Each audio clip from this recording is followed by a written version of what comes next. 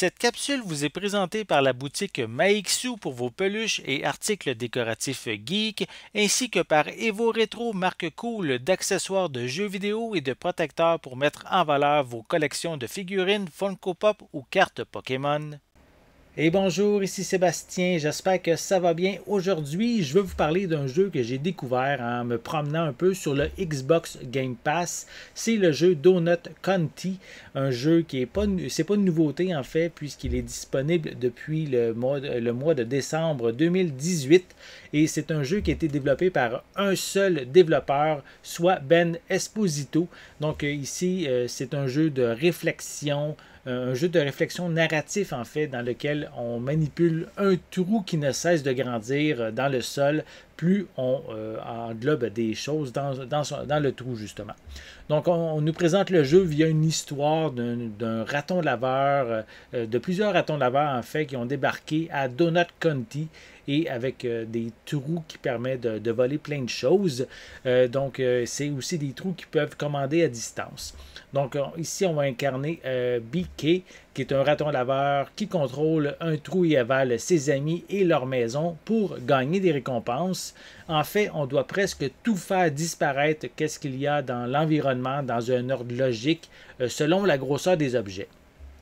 Qu'est-ce qui va arriver, c'est que BK va tomber dans un de ses propres trous.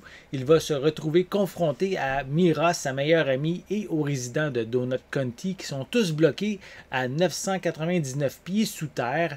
Et à la fin de chacun des niveaux, on va nous expliquer de façon un peu humoristique aussi, via les différents résidents, qu'est-ce qui se passe exactement dans leur petite comté, en fait.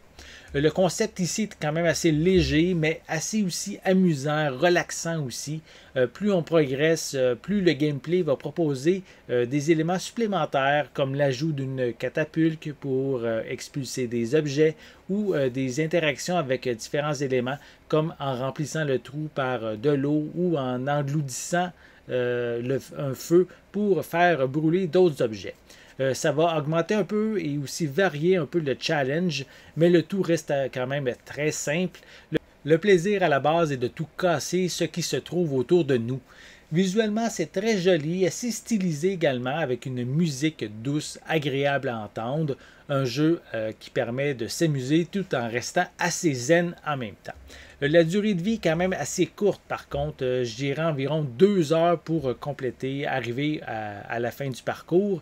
Par contre, avec le concept actuel, je dirais que c'est assez suffisant pour ne pas se tanner non plus. Cependant, si le concept avait été davantage approfondi, mais j'en aurais pris davantage. Peut-être qu'on verra une suite Donut County 2 qui va justement exploiter davantage cette manière de jouer. Bref, un jeu que je vous invite à essayer. Il est offert sur PlayStation, Xbox, Nintendo Switch également. Mais c'est évident que si vous avez le Game Pass, profitez-en pour y jouer sur Xbox. Il est inclus dans votre forfait et je trouve que ça se complète quand même assez rapidement. C'est vraiment une belle manière d'exploiter une nouvelle manière de jouer que je trouvais assez relaxante et assez zen en même temps. J'espère que vous avez aimé cette vidéo. Si c'est le cas, n'hésitez pas à mettre un pouce en l'air, à laisser des commentaires. Dites-moi justement, avez-vous déjà essayé le jeu Donut County? Qu'est-ce que vous en avez pensé? Laissez-moi vos commentaires à ce sujet en dessous de la vidéo. N'oubliez pas non plus de vous abonner à ma chaîne afin de rester à l'affût de mes prochaines capsules.